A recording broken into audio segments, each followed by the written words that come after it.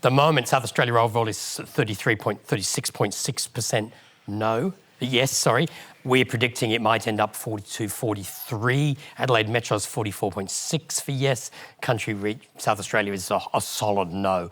We are now prepared to call South Australia. There's absolutely nothing indicating anything other than a no victory in South Australia. There is a big swings in all the Labor-held seats, polling place by polling place. You're seeing 20 and 30% differences between the Labor vote at the last election and the yes vote at this referendum. So we're calling South Australia has voted no. And of course, with 3 states voting no, the referendum is defeated as well, whatever happens in Queensland and Western Australia. So there it is. Antony Green has called it at 7:24 p.m.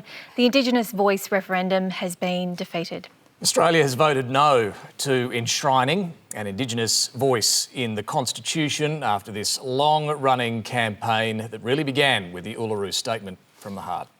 This was the request from Aboriginal and Torres Strait Islander people 6 years ago at the Uluru Dialogues when they issued the Uluru Statement from the Heart.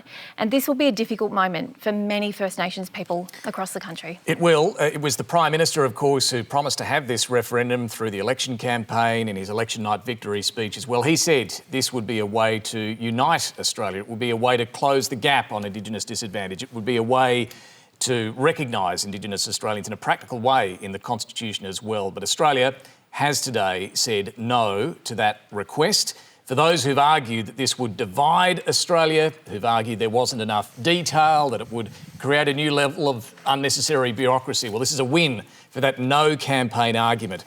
But where this leaves the fate of recognition in the Constitution, reconciliation in Australia, and not to mention those practical issues of Indigenous disadvantage, is right now still very unclear after this no result tonight.